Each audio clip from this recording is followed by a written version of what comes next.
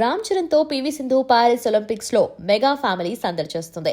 Games ప్రారంభానికి ముందే Paris చేరుకున్నారు. మెగాస్టార్ చిరంజీవి దంపతులు రామ్ చరణ్, ఉపాసన క్లీన్ కారతో పాటు బయలుదేరి వెళ్లారు. ప్రారంభ వేడుకల్లోనూ ఒలింపిక్ జ్యోతి పట్టుకుని చిరంజీవి, సురేఖ కనిపించారు. దీనికి సంబంధించిన ఫోటోస్ సోషల్ మీడియాలో వైరల్ అయ్యాయి. తాజాగా పారిస్ వీధుల్లో రామ్ చరణ్, బ్యాడ్మింటన్ క్రీడాకారిణి పీవీ సింధు కలిసి ఒకరినొకరు ఆత్మీయంగా పలకరించుకున్నారు. వీరిద్దరూ సరదాగా ముచ్చటిస్తున్న వీడియో నెట్టింటా వైరల్ అవుతుంది. అనుకోకుండా రామ్ చరణ్, సింధు కలుసుకోవటం చెరీ ఫ్యాన్స్ ఖుషి అవుతున్నారు.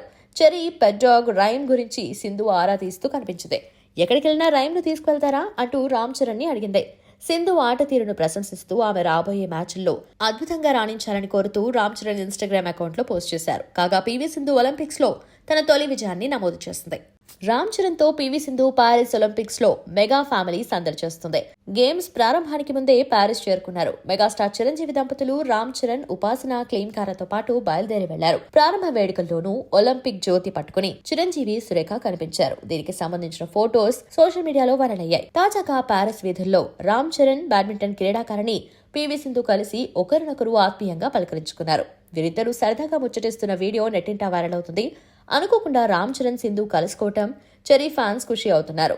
చెరీ పెట్ డాగ్ రైమ్ గురించి సింధు ఆరా తీస్తూ కనిపించింది. ఎక్కడికెళ్ళినా రైమ్ ను తీసుకువెళ్తారా అంటూ రామ్ చరణ్ ని అడిగింది.